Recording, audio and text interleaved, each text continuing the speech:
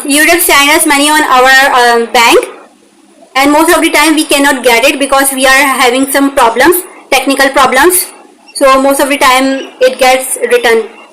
Even if I'm earning from some other sources, they did tell me to give a bank account. I tell them my bank account, while I know that through bank I will barely receive it, because we are having so much problem in bank. What I would like to give advice to YouTube, that stop telling us to link our bank.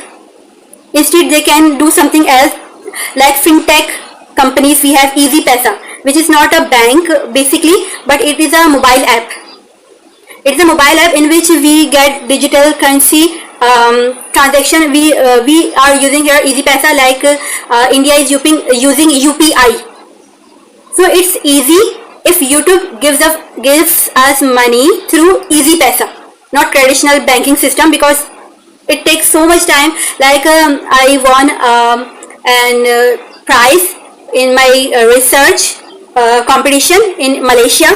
So that university told me to give bank account number etc, and I have been waiting for more than 1 year. I didn't receive it because issues. I have been emailing bank and then emailing university.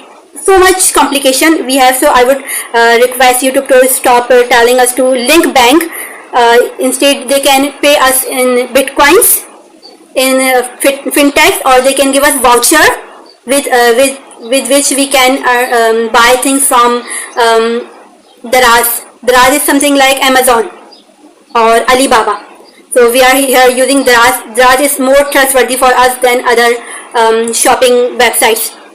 It can give us voucher, or YouTube can give us not money but gifts, like headphones, the thing that will help us in creating better quality products. So we will receive it at our home, but bank is the last option we would like to recommend to YouTube. So okay, this is one of the reasons why I want to talk